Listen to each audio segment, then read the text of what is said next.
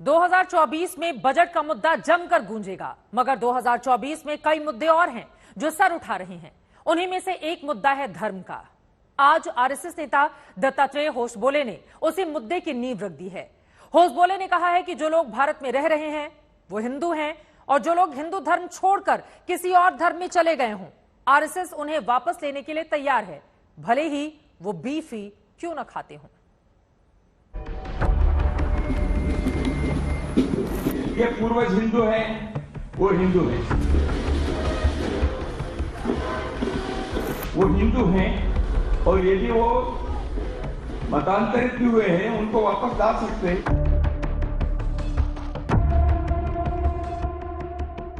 ठीक है, वो गोमांस खाए होंगे मजबूरी से, लेकिन किसी कारण से हो गए तो दरवाजा नहीं बंद कर सकते। 2024 के समर की सुबुगाहट हुई तो मुद्दों की नींव पड़ने लगी। कहीं मानस पर जंग मची है, कहीं मुसलमान पर, कहीं ओबीसी पर, कहीं दलितों पर। इसी कड़ी में आरएसएस की ओर से हिंदू का मुद्दा उछाला गया है। जयपुर में बिड़ला ऑडिटोरियम के दीनदयाल स्मृति व्याख्यान में आरएसएस नेता दत्तात्रेय होसबोले ने कहा कि जो भारत में रह रहा है हर वो आदमी हिंदू है। जिनके पूर्वज हिंदू हैं वो हिंदू है। वो आज कौन से पूजा पाठ करता है, उनके क्या अभिपंथ है, वो हमारे विचार नहीं है। जिनके पूर्वज हिंदू हैं वो हिंदू है। जो स्वयं को हिंदू मानता है वो हिंदू है।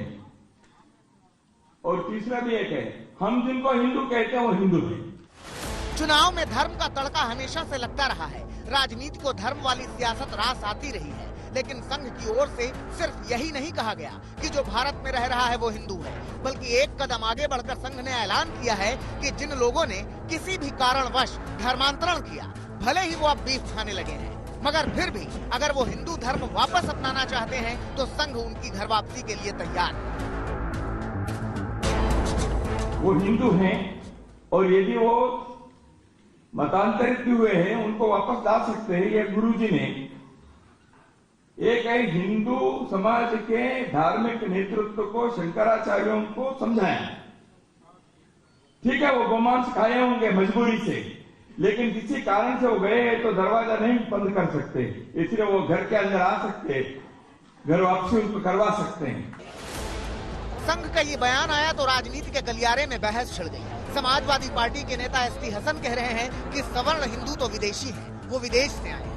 भारत वास्तव में सिर्फ शूद्र और द्रविड़ों का देश है। नहीं, भारत में रहने वाले, असल भारत के रहने वाले जो थे वो शूद्र, दलित, द्रविड़, रेड इंडियंस ये थे, जंगलों में रहते थे। सेंट्रल एशिया से लोग आए, उन्होंने ये हिंदू मजहब डेवलप हुआ। ओरिजिनल इंडियंस कौन है आपको मालूम नहीं है?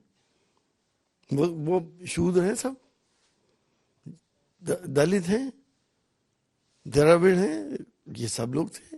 समाजवादी पार्टी ने आरएसएस के बयान का काउंटर निकाल लिया है, लेकिन बीजेपी के नेता आरएसएस के बयान से वास्ता रखते हैं। वो मानते हैं कि हाँ, भारत में रहने वाला हर नागरिक हिंदू ही है।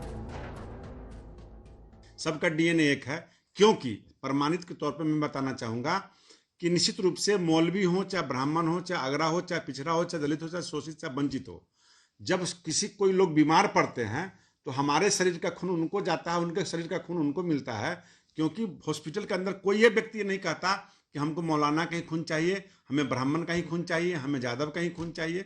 वहाँ ब्लड एक है, यानी हम सबों का ब्लड एक है, हम सब हिंदुस्तानी है, और हिंदुस्तान में रहने वाले सभी लोग हिंदू है, ये मेरा मानना है। लोकसभा चुनावों में अभी साल भर का समय है। जाहिर सी बात है कि आने वाले वक्त में हिंदू वाला ये मुद्दा गरमाएगा और इस पर सियासत भी जोरदार होगी। संघ का ये बयान राजनीति के गलियारों में लंबे समय तक गूंजेगा। दिल्ली से जितेंद्र बहादुर सिंह के साथ आज तक ब्यूरो।